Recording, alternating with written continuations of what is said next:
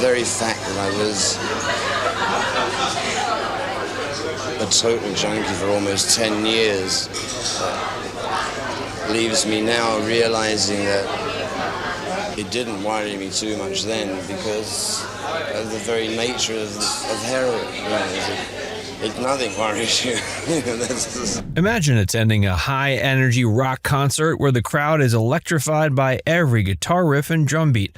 Behind the scenes, many of these larger-than-life performers have battled addiction, threatening to extinguish their creative flames. But amidst the chaos and despair, some icons have found the strength to overcome their addictions, emerging stronger and more resilient than ever. Alice Cooper. I was becoming an alcoholic. Had no concept. It just, to me, it was a normal thing to get up in the morning and have a beer for breakfast and to have a beer for lunch, and to never really, I was never the drunk. I was the Dean Martin drunk. I was the golden buzz. Alice Cooper, the enigmatic frontman of his eponymous band, is renowned for his theatrical performances and pioneering influence in rock music, but his path to fame was marred by severe alcoholism. By 1976, Alice's addiction had spiraled out of control, with reports of him consuming up to 2 cases of Budweiser and a bottle of whiskey each day. This relentless drinking led to multiple failed attempts at rehab, despite his efforts to publicly address his struggles by writing a book in 1978. The early 80s saw Alice's addiction worsen, culminating in a hospitalization for cirrhosis of the liver in 1983. This critical moment became the turning point in his life. Determined to reclaim it, Alice committed to sobriety and has remained sober ever since. His journey didn't stop there. Recognizing the impact addiction had on his peers, Alice reached out to fellow musicians like Megadeth in 1986, offering support and assistance. His unwavering dedication to helping others in the music community was honored in 2008 when he received the Stevie Ray Vaughan Award, highlighting his significant contributions to addiction recovery and support within the industry. Sir Elton John. Sir Elton John, the legendary British musician knighted by Queen Elizabeth II in 1998, has had an illustrious career filled with groundbreaking musical and unforgettable performances. However, his rise to stardom was accompanied by decades of addiction to drugs and alcohol, particularly during the 70s through 1990. His struggles were publicly evident when he overdosed on cocaine in 1975, an incident that underscored the severity of his addiction. The turning point came in 1990 with the tragic death of Ryan White, an AIDS-afflicted teenager and friend of Elton. This forced Elton to confront his self-absorption and the detrimental effects of his addiction, especially during a time when the AIDS epidemic was devastating communities worldwide. Determined to change, he entered a treatment facility in Chicago, marking the beginning of his journey to sobriety.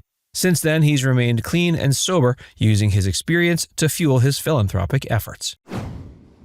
Eric Clapton. I couldn't get through a day without doing something to alter my consciousness. And it started with heroin, the addiction? It started with sugar. Sugar? Oh, yeah. When I was 5, 6 years old, I was cramming sugar down my throat as fast as I could get it down. Sweets, sugar on bread and butter. I became addicted to sugar because it changed the way I felt. Eric Clapton, often hailed as one of the great guitarists of all time, has not only left a mark on the world of music, but has also navigated a tumultuous path through addiction. In the early stages of his career, Clapton's battle with drugs and alcohol was intense.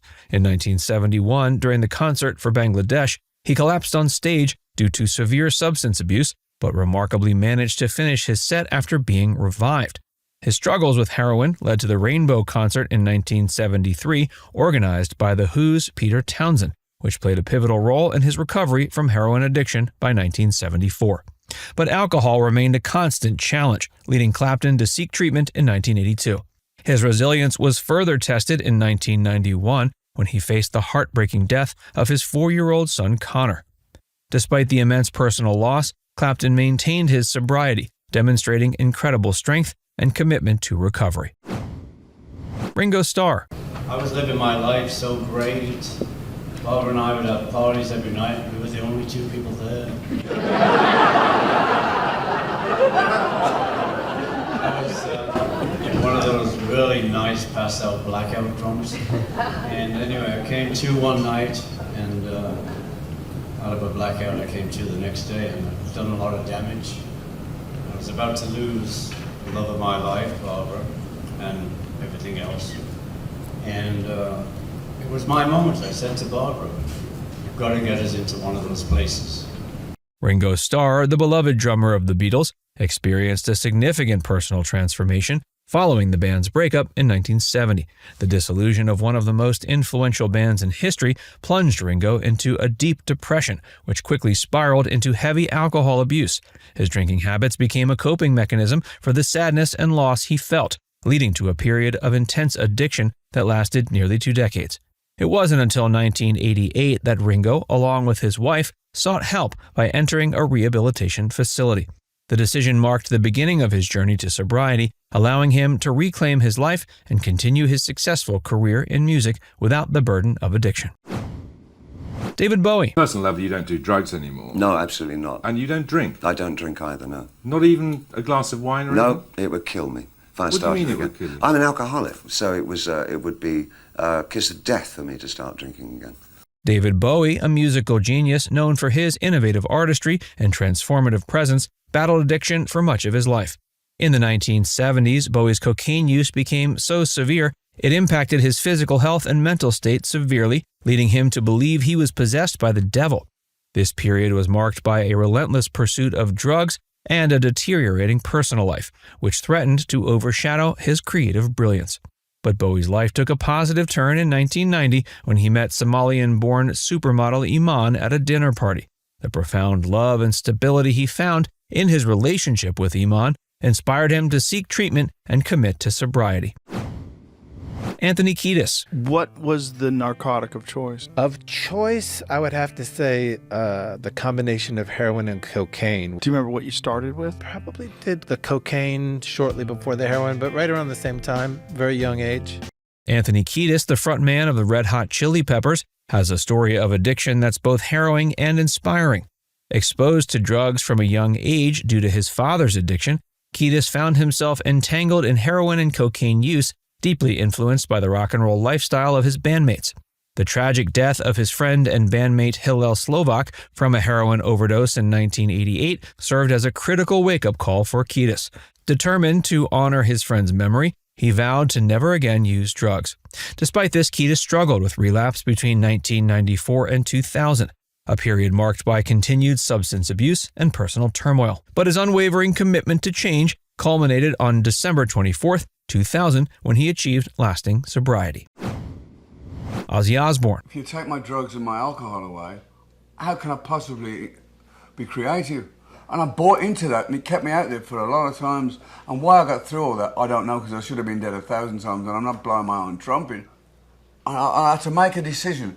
I go, if it is, what's more important to me, my sobriety or my career? You know, or whatever. But it was beyond that for me, because I had to come to the decision, well, if I can't do it without drugs and alcohol, then I'm finished. Ozzy Osbourne, the iconic vocalist of Black Sabbath, is often synonymous with the excesses of rock and roll.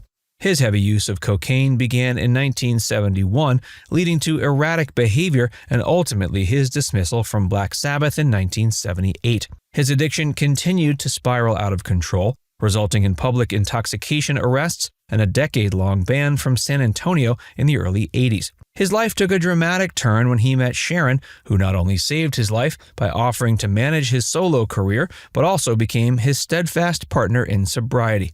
Despite several relapses, including a significant one in 2013, Ozzy has demonstrated remarkable resilience in his battle against addiction. Trent Reznor. Any of the celebrity that goes along with just playing music, so I try to avoid it, and I don't. Not to be difficult, I just don't enjoy, that sort of thing. Trent Reznor, the creative mastermind behind 9 Inch Nails, experienced a harrowing battle with addiction that coincided with some of the most intense periods of his career. The release of the band's 1994 album, The Downward Spiral, was a reflection of his personal struggles, exacerbated by the death of his grandmother who had raised him. The pressures of fame, coupled with profound personal loss, led Trent to abuse cocaine, alcohol, and other drugs. His rock-bottom moment came when he accidentally purchased heroin instead of cocaine in London, resulting in an overdose that forced him into rehab. Successfully completing his treatment in 2001, Reznor has remained sober ever since. Steven, charismatic frontman of Aerosmith, has a dramatic story of addiction and redemption that mirrors the band's own tumultuous history. The rise of Aerosmith in the 70s was accompanied by rampant drug use, particularly by Steven and guitarist Joe Perry, who were infamously known as the Toxic Twins. Their addiction to cocaine and heroin led to intense partying, frequent arguments, and significant strain within the band. By 1979, the situation had deteriorated to the point where Joe left the band to pursue a solo career. Steven's heroin abuse became so severe, he was seen roaming the streets of New York City in search of his next fix, even collapsing on stage in 1984. In '86, an intervention by his bandmates prompted Steven to enter rehab, successfully overcoming his addiction. Now it's time to hear from you. Who's your favorite among these recovered addicts? Let us know in the comments section below.